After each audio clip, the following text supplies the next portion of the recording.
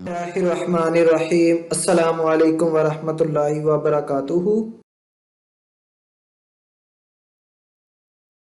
आज की हमारी जो अच्छी बात है उसमें यह है, हमारे पास तालीम जिसके अंदर दाखिल होती है वो सादगी इख्तियार करता है और जिसके ऊपर से गुजर जाती है वो मॉडर्न बन जाता है।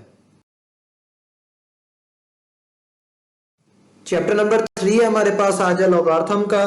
इसके अंदर सबसे पहले आज हम करेंगे इंट्रोडक्शन और इसके अंदर जो साइंटिफिक नोटेशंस हैं कि इसको हम साइंटिफिक नोटेशन में कैसे क्या बना सकते हैं। और हमारे पास जो पेज नंबर होगा वो होगा 57 और 59। मेरा नाम है मोहम्मद अदनान सलीम। तो हम अपने लेक्चर का आगाज करते हैं।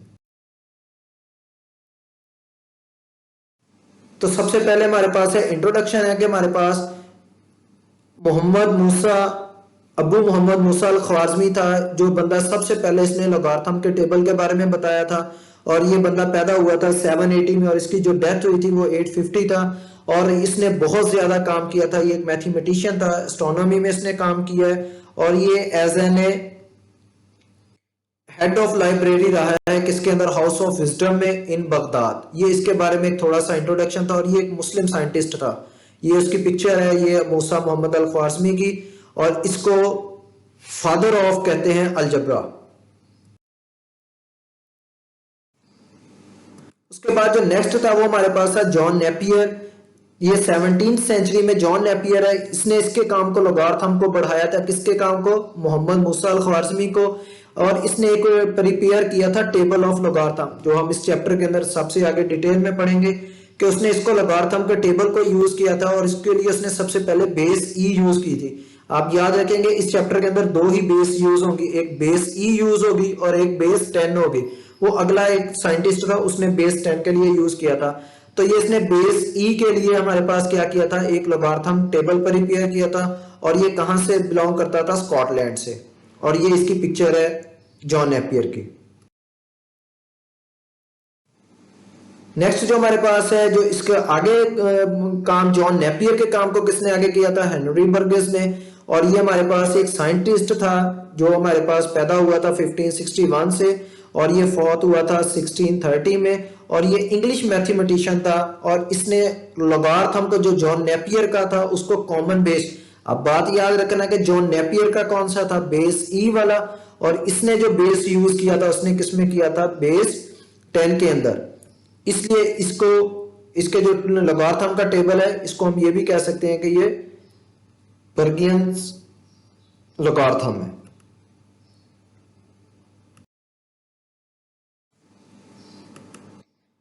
नेक्स्ट हमारे पास है जॉबिस्ट बर्गी। ये हमारे पास एक साइंटिस्ट था जो, इसकी डेट ऑफ बर्थ थी 1552 और ये इसकी डेथ थी 1632। और ये स्विट्जरलैंड से बिलोंग करता था। इसने एंटी लॉगरिथम का टेबल प्रिपेयर किया था। जी, तो हमारे पास आज इस चैप्टर के अंदर जो साइंटिफिक नोटेशन, जो हमारा मेन टॉपिक स्टार्ट होने वाला है कि एक ऐसा नंबर जिसको हम 10 की पावर में लिख सकते हैं।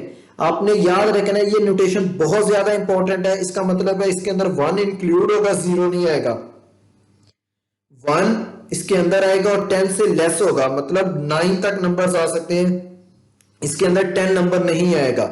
आपने क्या करना है कि number is written in the form of a multiplied 10 raised to power n where 1 lesser or equal to a less than 10। इसकी ये नोटेशन को पढ़ने का मेथड है। इसके अंदर 1 भी इंक्लूड होगा, 10 से ये स्मॉल होगा। और इसके अंदर जो n होगा, इंटीजर्स होगा, इसको हम बोलेंगे साइंटिफिक नोटेशन। जैसे कि ये इसकी एग्जांपल है 5.7 10 raised to power -6। आपने ये याद रखना है कि फर्स्ट पॉइंट के बाद, डिजिट के बाद आपने पॉइंट लगाना है यहाँ पे। आज हम इसी मेथड को सॉल्व करेंगे। एक्सरसाइज जो हमारे पास होगी 3.1, express the following numbers in the scientific notation. आपके पास जो पहला पॉइंट है ये है 5700।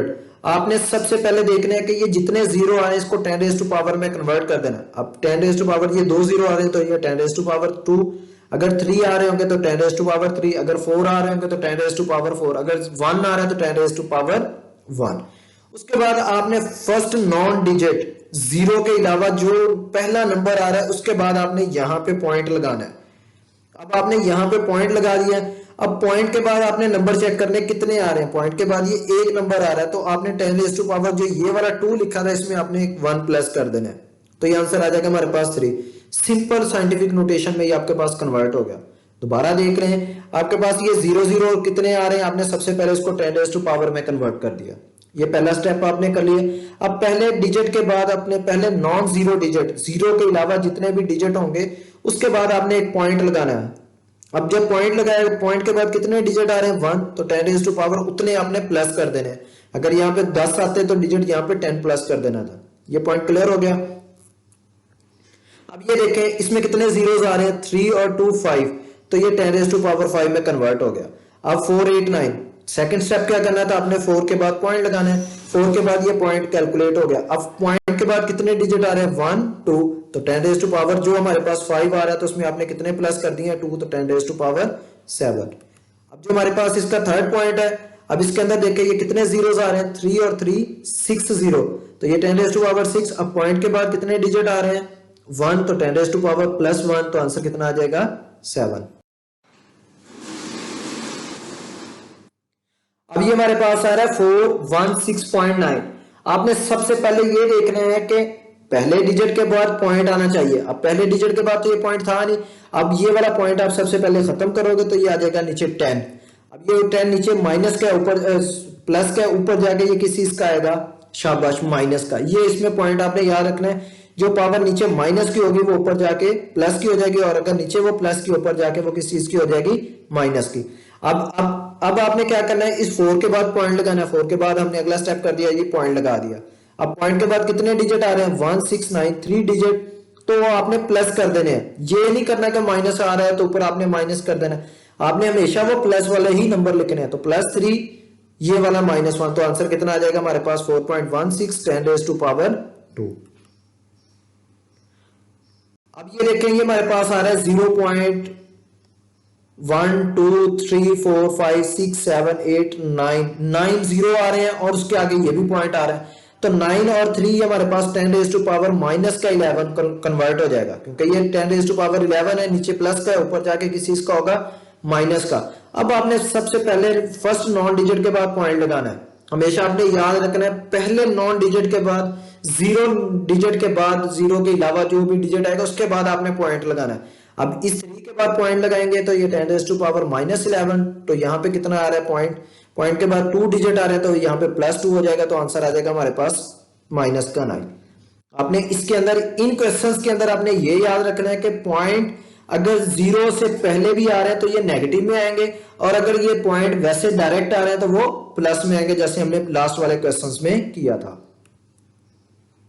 अब ये हमारे पास आ रहा है 22750000 डिवाइडेड बाय 0.0025। अब इसका आपने पॉइंट खत्म किया। ये देखें हमारे पास पहला क्वेश्चन जो था इसमें प्लस के आ रहे थे, ये 10 रेज़ टू पावर प्लस का 3 हो गया। अब इसका जब पॉइंट खत्म करोगे नीचे आएगा 1, आगे कितने जीरो आएंगे 1 2 3 4, तो वो 10 रेज़ टू पावर -4। अब आपने फर्स्ट डिजिट के बाद पॉइंट लगाना है, तो 2 के बाद पॉइंट आएगा, तो 2.75 10 रेज़ टू पावर 3। अब पॉइंट के बाद कितने डिजिट आएंगे 1 और 2, तो यहाँ पे +2। अब -4 है, इसमें 25 2.5 आएगा, तो पॉइंट के बाद 1 डिजिट आएगा, तो यहाँ पे वो प्लस का 1 आ जाएगा। आपके पास आ जाएगा 2.75 10 raise to power 5 divided by 2.5 10 raise to power -3। Question number 2 में हमने करना है कि अब वो हमारे पास ऑर्डिनरी में आपने इसको कन्वर्ट करना है। आपके पास ये साइंटिफिक नोटेशन में दिया हुआ है। अब ये देखिए हमारे पास 10 रेज़ टू पावर 4 है, ये नीचे आके किस चीज का होगा, प्लस का 4। अब आपने 10 रेज़ टू पावर 4 है, नीचे आपने कितने जीरो लगा देने हैं 4। आपने अब यहाँ पे पॉइंट लगाना है, इस जीरो की जगह पे ये 6, आगे इस जीरो की जगह पे कोई भी नंबर नहीं आ रहा तो यहाँ पे 0, इस जीरो की जगह पे कोई भी नंबर नहीं आ रहा, फिर यहाँ पे 0 लगाओगे, और फिर कोई भी नंबर नहीं आ रहा, फिर यहाँ पे एक 0 लगाओगे, और इस 1 की जगह पे क्या लगा दोगे आप, पॉइंट। ये दोबारा देख लो, इस 0 की जगह पे ये 6 आ गया, आगे आपने ये वाले 0 कहां पे लेके जाने, अब यहाँ पे वो शिफ्ट करेंगे 1 0 2 0 3 0, तो ये 3 0 कन्वर्ट हो गए। अब 1 की जगह पे क्या लग जाएगा आपके पास, पॉइंट। आपके पास पॉइंट नंबर जो 4 है आ गया हमारे पास, ये होगा 5.6 10 रेज़ टू पावर 10। अब 10 रेज़ टू पावर 10 है तो यहाँ पे आपने 10 जीरो लगा लेने हैं। इसका पॉइंट खत्म करेंगे, पॉइंट की जगह पे आएगा 1, आगे कितने नंबर आ रहे हैं 1 2, तो उतने 0, इस 2 से ये 2 0 कैंसिल हो जाएंगे, तो आगे आएगा हमारे पास 5 0 6, आगे कितने 0 आ जाएंगे, 10 में से 2 कट गए तो यहाँ पे 8 0 रह जाएंगे हमारे पास। इसका जो पॉइंट नंबर 2 है वो हमारे पास है 9.018 10 रेज़ टू पावर -6।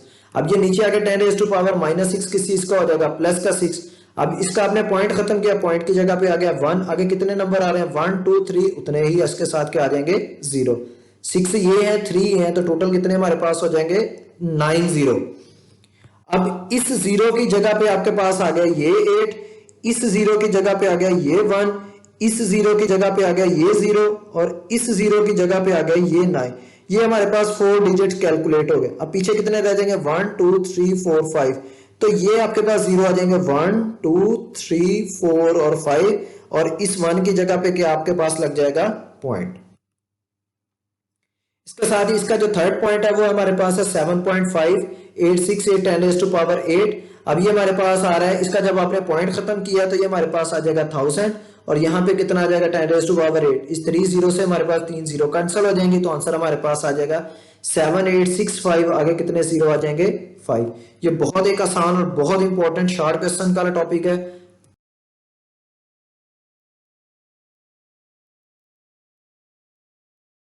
आज का आपका ये लेक्चर कंप्लीट हो गया हुआ है। Thank you, Allah Hafiz.